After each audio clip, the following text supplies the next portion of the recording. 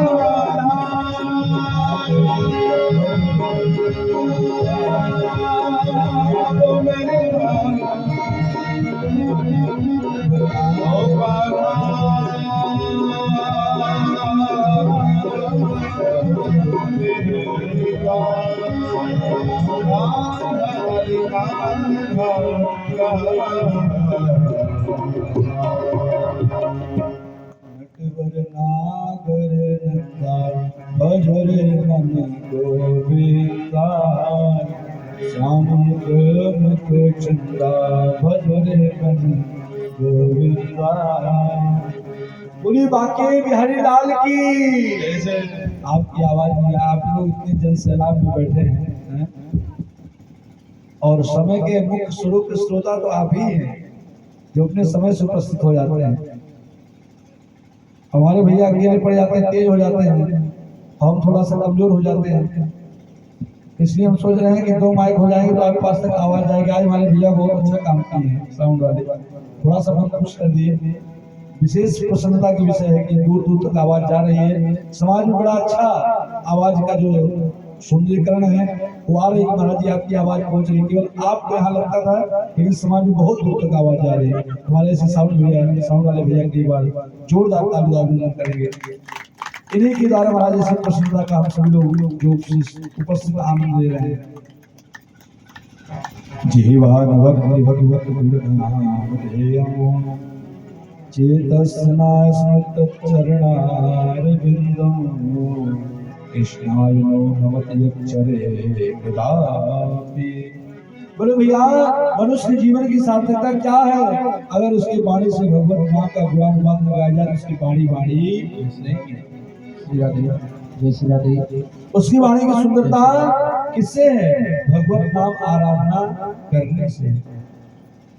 अगर जीवन में भगवत नाम का आराधना नहीं हुआ, भगवत चरण बिंदु में प्रेम नहीं हुआ, तो भैया एक केवल वाणी कैसे है? बोले जैसे बरसाती मेघक करता है, इसी तरह ये वाणी का कोई उपयोग नहीं है। दिन भर आप जो महाराज गड़बड़ करते रहे, उसका लाभ नहीं है। उसका लाभ किससे है? भगवत नाम का चिंतन करने से। बोले कान जो भगवान बना दिए हैं, सुनाई तो अंदर पड़ता है। एक कान जो पीछे बना हुआ है, इसकी कोई महत्व नहीं है, लेकिन भगवान बहुत समझदार थे। पता था कि आने वाले समय में कलयुग में महाराज सबको थोड़ा देखना कम होगा तो चश्मे की आवश्यकता होगी। इसलिए भगवान ने खूंटी बनाकर टांग दिया है, चश्मा लगाकर टांग दिया। नहीं तो क्या करते? तो जो भगवान करते हैं वो अच्छा करते हैं। जो होता है वो अच्छा होता है, और जो होगा वो भी अच्छा ही होगा। ये भगवत कृपा है जो आप लोग यहाँ पर आनंद ले रहे हैं। वाणी की सार्थकता यही है। जो आपका पैर है, पैर की सार्थकता क्या है? तीर्थाटन करना, यज्ञ आदि करना, अच्छे कर्मों में सत्कर्मों में मन को लगाना, यही तो कलियों का सदुपयोग है। अरे नवाज क्या मतलब हुआ? बोले ऐसे स्वरूप का अनुकरण करना अपने जीवन की पराभक्ति है, और जीवन का यही सुंदर सदुपयोग है कि जीवन में ठाकुर जी के प्रति हमारा आत्मसमर्पण हो जाए, हृदय से काम न करें तो भगवत प्राप्ति हमको हो जाए। लक्ष्य हमारा अगर रहेगा भगवत प्राप्ति तो होगा, आज नहीं तो कल, और कल नहीं तो परसों सुनिश्चित है। बोले कैसे? बोले जिस कर्म को हम करने की उपस्थित होते हैं मेरा कार्य सब मंगल ही मंगल होता है, इसमें दो राय नहीं है। और हमको रहना कैसे है? ब्राह्मण शील संपन्न सत्य संतोष जितेंद्रिया। बोले हमेशा प्रसन्नता की तरफ है, हमेशा प्रसन्न रहना चाहिए। जो हमारा चित्त है, दिमाग है, वो प्रसन्नता का परिचायक है। बोले कैसे? बोले जैसे खिला हुआ पुष्प सबको अच्छा लगता है, परमात्मा को भी खिला हुआ पुष्प ही स्वीकार है। मुरझाया हुआ पुष्प हमको आपको भी शोभा नहीं लगता है। माला सूख जाए, ठाकुर जी के गले में पहनाया जाए, कैसा लगेगा? अच्छा लगेगा? आप बताइए, अच्छा लगेगा? नहीं लगेगा। इसी तरह हम लोग बुढ़ापे की अवस्था में आ जाए तो भगवान के चले भजन करने के लिए, तो भगवान को अच्छा नहीं लगता रे।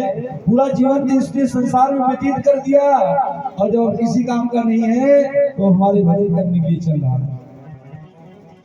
इसलिए बचपन से ही भजन करना प्रारंभ कर देना चाहिए। अन्यथा बुढ़ापे में सोच रहता है कि मैंने ऐसा कौन सा कर्म किया था जिसका भुगतान अभी तक हमको करना पड़ रहा है। पूर्ण जन्म का संस्कार कभी जाता नहीं। जैसा आप कर्म किए हो उसका प्रायश्चित आपको करना ही पड़ेगा। आज नहीं करेंगे तो कल करेंगे, और कल नहीं करेंगे परसों करेंगे, लेकिन करना ही करना सुनिश्चित है। इसलिए जीवन की यही उत्तमता है कि भगवत प्राप्ति हो जाए। बिना भगवान के भजन से आप चाहे जितना धन कमा लें, चाहे जितना वैभव कमा लें, चाहे जितना यश संपदा आपको मिल जाए, लेकिन जब तक भगवत प्राप्ति नहीं होगा तब तक सब कैसे है? बोले जैसे ऊसर जमीन होता है, ऊसर जमीन होता है ना, ऊसर जमीन में चाहे जितना बीज महाराज बो दो, वो पनपने वाला नहीं है। बोले कैसे?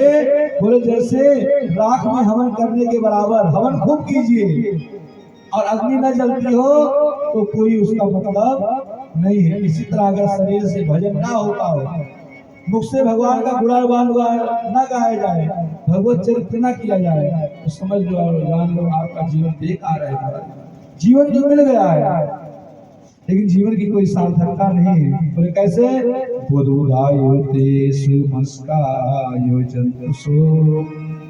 बोले कैसा जीवन है? बोले बुलबुला पानी के बलबुले के समान हमारा आपका जीवन है। ये जीवन किस लिए परमात्मा ने दिया है? ये केवल भजन करने के लिए दिया है। तो जब तक जिंदगी है तब तक भजन करना चाहिए, अपने जीवन पर्यंत ठाकुर जी का नाम का स्मरण करना चाहिए। कल हम आप सब लोग कहा थे, नंदस्वात्मजोत्पन्न जाता महामना आओ विप्राण वेद ज्ञान स्नाता सचिदंकृता वार्चित्वा स्वस्तनियं जात कर्मा जमस्य वै कारयामास विद्वा पितृदेवार्चनम्।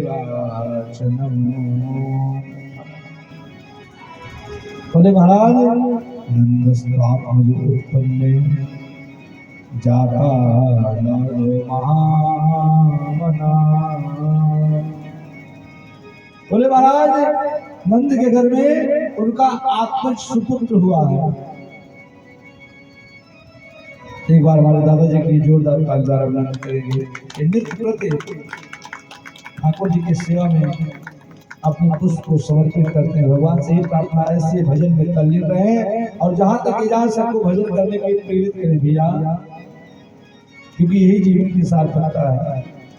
और जीवन का मूल उद्देश्य यही है कि मनुष्य शरीर पाकर अगर भगवत प्राप्ति नहीं हुआ तो समझ लो आपके जीवन में कुछ नहीं हुआ। तो कैसे? जीवन का सुख वही है।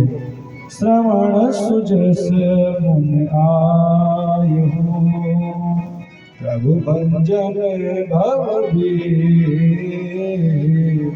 त्राहि त्राहि आरती है शरण सुख दूर दूरी। बोले रघुपति के चरणों में प्रेम हो जाना ही सर्वोपरि जीवन की भक्ति है।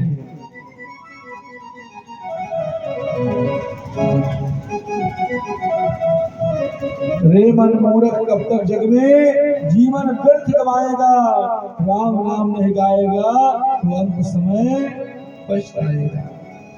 अगर जीवन में भैया भगवत नाम नहीं लिए तो केवल एक परेशान होने के अलावा और जीवन में कोई सुख मिलने वाला नहीं है। जीवन का अगर सुख चाहते हैं तो परमात्मा का यजन करना प्रारंभ कर दीजिए, उन्हीं का चिंतन करना प्रारंभ कर दीजिए और उन्हीं का स्मरण करना प्रारंभ कर दीजिए। महाराज बोले महाराज नंद बाबा के यहाँ आत्मज हुआ, सुपुत्र हुआ है। आनंद बाबा बड़े प्रसन्न हैं, खुश है महाराज। क्यों? क्योंकि 95 वर्ष की अवस्था में महाराज पुत्र का जन्म हुआ है। बहुत दिनों बाद अगर पुत्र जाए महाराज तो मन की प्रसन्नता ही अलग स्वरूप में उपस्थित होती है। और महाराज नंद बाबा कैसे?